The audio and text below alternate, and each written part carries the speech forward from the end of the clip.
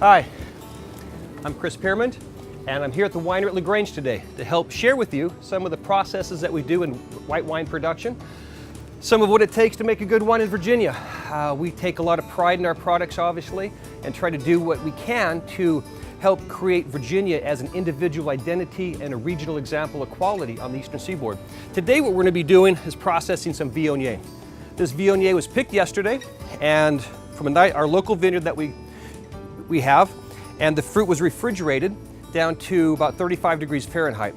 The concept of refrigerating fruit is to maintain the freshness of the fruit, to keep the flavors closed.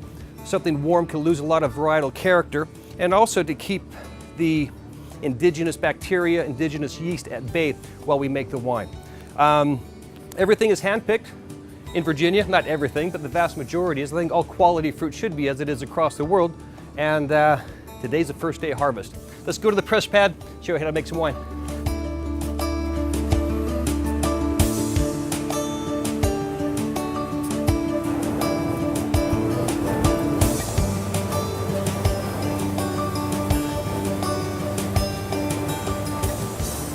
This is a destemmer, obviously, destemming the fruit. What comes out of here, all the berries go into the bin and all the stems come out. Very efficient unit. It takes about 10 pounds per second. It will physically destem. These stems will be decomposed into the vineyard for a compost. We add some lime to it and put it back into the vineyard after a couple years of decomposition. Very efficient way. The other way is to whole cluster press fruit. If we did not use this machine, we can take the berry and the clusters into the press. It makes for a little less skin phenolics in the wine as a finished product.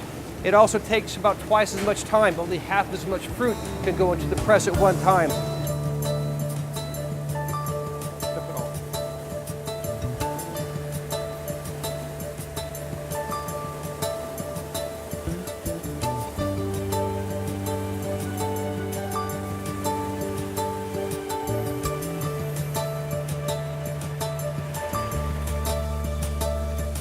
As you can see, this 1,500 pounds of fruit is going into the press tray.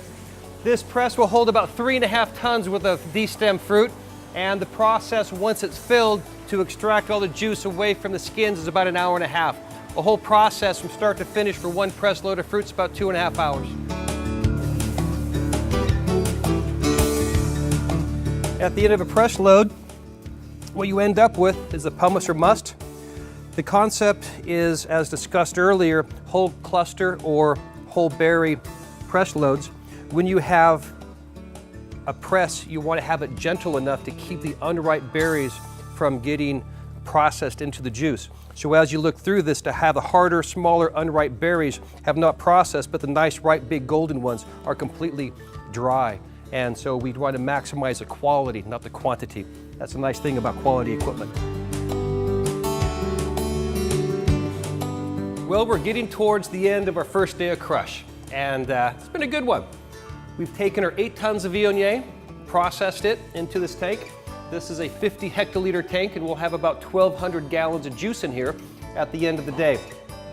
Juice is right now about 40 degrees Fahrenheit, and we'll bring it down to the upper 30s. We'll leave it there basically for about 2 days. The fresh juice, after 2 days, we'll take out of the racking valve, put it into another tank for fermentation. After fermentation, we'll put into barrels for storage, and the barrels or the wooden tank we'll use are normally older oak barrels, not newer oak. For a white wine like Viognier or Riesling or Vidal, you want to keep that crisp, aromatic, delicate fruit component alive as much as possible. So a cold, slow stainless steel fermentation is really ideal. If you want to make a Chardonnay, a big, broad-shouldered Chardonnay, at a warmer fermentation in an oak barrel tends to be more of that style. The juice right now, a little bit turbid. It has some components to it to make it a little bit cloudy. This cloudiness will settle out over the next couple of days for a cleaner, fruity fermentation. And if you ever get a chance to taste fresh juice before fermentation winemaking, it's absolutely gorgeous. It really is nice. This is about 25% residual sugar, nice crisp acidity, wonderful flavors, like a liquid banana. Hope you've enjoyed today's segment about white wine making, and I'd like to close by sharing with you some of the wines I feel are Virginia's favorite Viogniers. And thank you for drinking Virginia wine and be proud like we are. Thanks.